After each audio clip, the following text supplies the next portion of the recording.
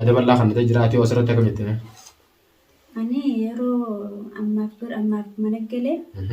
خلاص يرو بهو إني نما مريته يا دسا يرو مرة نما نقول شو قبل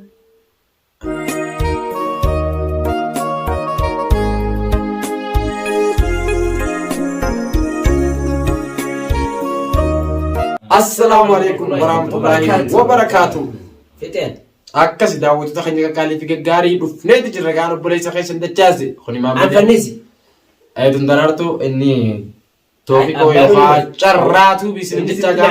جراتو كنا نرى سبسكرايب ولا داوود تو محمد قالي في جاري أجمان أنا بوليس خيس الدجاز رامفتني كرتن أرومياتو بسجانا لخي سبسكرايب دك برالدي برا خدا اسم جتاعا أكمل لك أبدني نجني بدأ أنا أخرج دفتر محمد قالي في جاري كوروني فيا محمدي فواتو تن هندي خيسنو جتورا أكنت ببريني جمّني شاجني هوجا أكنت شمباجني ولك ومني فولا خيسني تكتي إسني بيانو هدو تكا جمّتشو هنگنا جابلتو نوترا جامعشورا كيس كذا وتدخلني كاليفي غاري يقدر ينقد فيديو سينما تنزلها إسني في متنزله هنا محمد mana galle mana mamma keessa shaashin baay'ee jira nyaanni duwne taphannee qofallee quufne akkasumatti jechuudha jidduraan viidiyoo isinii marra jennee gara keessan dhufne jechuudha waan biraa waan haaree qabannee tan isin dhufne hin jirtu nutu akkanatti wal bira nu arkuun keessanuu waan haareyaa maamaggaa akkanatti shaajii har'aan tananuma maashaallah aruusticha fakkaataa iyyuu silaa gara fuulduraatti jechuudha aruusa ajaa'ibaa kana goonee fi diggisii goonee isinillee akkasitti dhuftanii irraa qallee itti qallee akkasitti gartee miti siree ammayyaa jecha fuuneen mana galchuudhaaf qophii dumarree jirra akkasi gaa daawwattoota keenya qaalii gaggaarii gaan ilmi dhiiraa tokko erga fuudha geegaa yoo abbaan bira hin jiraannes yoo haatii bira hin jiraannes obboleessaa fuusee jechuudha yoo obboleessaa bira hin jiraannes kanuma wajji jiru obboleessi خواجين دلتن قفا متي أبوليس جتشو يوم دلوت قفا جي مختار ديرو أبوليس جتشون إلما بيجا شوفا أكو من نجي سنتيجا نوتيس أبولمان تينيا وجين دلوت قفا صوت سنتين تن أبولمان تربي تناتو رجب تورا يجورا أي خانم ربي جتشو والجارة دني أبوليس وليفتان سنتو جبدور جتشورا أكاسيجا أكو من وادا سنيجالي أبوليس خانيجا محمد كنو أي مانا قلتي mana khayse chura kanati shaashan baay'ee chu jira gaayiti gaa arantana me Muhammad yo mira khayse galu baate gaa akka denga dasaniti yo mira khayse galu baate wanta kata gaame hano jinaasu dibado tana durani no se yan gaito ha dawta ta hedura amad de kana ga dachas mar raso jiro male adi bar lubatu tinjirto arame wasi dagame bergam san jaranga buwete henga amma carraan waan qaba yaade dubbadhu eetan ayyaade gaaratti fitachaa jira beekte galuu kanaaf waan siddaa galuun isin gammachiisa kan galuu ati galuun isin gammachiisa qoy wanta kan gaafadha daraartu maaliif akkana cal jetteetis yaachoon nuti daawwattoota keenya hojjaasu jira mee waan akkana calsi godhatana maali nuumi Lawan berarti mesti wan fanis yun dagi kecil. Aha, fayyade fanis baru giftadis. Ayyo, siree ammayyaa jechuun geessa jechuun kiyya saniitti dhiiroo kanatti siif duba deebisa jeetiin sun yoo walii galteetii sanii ani jechuudha siree ammayyaa nuti galteemi bara na waa lama callaa dhagaa jechuun intala lamnoo haadhaan galla waan jaamu takka jirraa har'a gaa Muhammadis jala murreeti shaajee haa maammi akkana jimaa guutakka akkam dhiifama. Muhammad gaa yeroo hedduu nu qofalchiisaa ture duraanii hedduu nu boorsaa ture gaa dhiyeenya kana gaa eegee dukkanaan irraa barate amma waan nama qabu akkas gaa eegee gaara galee kana maa caalchee jira dhiiroo maaltu irra beekeetiin maa na yaachistee waan arbaane abbanaa beeku malee daawwattoonni hedduu takka haalaan sijjiin qabaa turanii jalqaba irratti isaan kan akkanaa galatoonfattuun barbaade hedduu takka sanuu hedduu akkanaa galatoonfattu waa xiqqoo miti baay'ee naa galatoonfadhu keessattuu jechuudha ijoollee akkasii osoo hin jenne hunda keessan bakka takkatti naaf galatoomaadha warreen biyya arabaa jirtanii fi biyya faranjii akkasuma warreen biyya keessaatii fi biyya teenya tayyaman keessa warri wajjin jiru hunda keessaniyyuu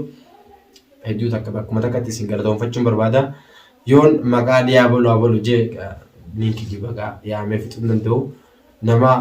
maqaa beekuu fi kan maqaan beekne kan bakka jirtan beekuu fi kan biyya isin jirtan beekuu fi kan biyya isin hin jirre hin beekne baay'ee hedduutu jira jechuudha. Warroonni gara WhatsApp-itti dhuftanii gaafina gaafachaa turtan irra guddaan keessan kaniin isiniif hin deebisin dhiifama anarraa ta'a isin jecha yookaan boonii osoo hin ta'in yookaan isin tuffadhee osoo hin ta'in yeroodhaan dabee achi gadi obboleessa keenya Abdallaanidhaa jira asii Maamma Gaara jira gaa jidduu kanatti obboleessa keessa dachaas xiqqishoo isaan lameen gidduun deddeebi'u jira mashquulaas hin taane biiziidhaas hin taane alhamdulillah fayyaatti jaalala deddeebi'u jira arraan tanagaa fayyaadhaan bakka fe'ite dheettee galuun isinuu waan guddoodha kanaaf ani tanarratti biiziidhaan ta'e isin hin jootu biizii naman gootu yeroo hin harkanne akka tasaa isaan jidduun deemuun jira baay'inaan bilbila hedduu quban qabu sanniin isin jechuu barbaada maaliif osoo fayyaa qabaatee Maammadu Gaaran taa'u osoo Abdallaan hidhaa jiraachuu baatee mana jiraatee wanni nu rakkisuuf hin jirtu maaliif namni fayyaa qabu waan dhabe hin qabu jechuu barbaadeeti Abdallaan harka namaa jira Maammad harka Rabbii jira gaa akkasitti dubbiin bakka sadiitti xiqqoo wal qabdee yaa Rabbi gaa ijoolluma tana kaanis kertee isaan kan hundatti yaa Rabbi furmaatatti fidi jechaa jidduu deemu jira gaamee asumaan Abdallaallee Rabbiin haa baasu isin jecha akkuma Rabbiin gaa Maamma Gaaraa galche Abdallaallee akka mana dhaati mana naa galchu ammallee isiniin kan daawwattoota keenya du'aa hinaaf godha isiniin jecha Maammad akka mimee gaa kana booda akka gaaratti hin deebine gaa akka waadaa naa galtuun fedhammaa walumaa galatti. Gaaratti bare dogoggoranii gaara dhaquunis ni jira awwala yeroo duraatiif jechuun namni tokko dhiirtii takka nu dogoggorti lama dogoggortu lama dogoggorti jechuun gowwummaadha yookiin ammoo tuffii hiriyootanii dhiyeetiin ifirra yaadu. Rakkoon tokko gisee si qabu rakkoon tokko rakkoo hawaasummaati rakkoon lammaffaan rakkoo lammummaati hawaasummaa lammummaa yoo inni wal qabata hawaasaa fi lammii jechuun tokko.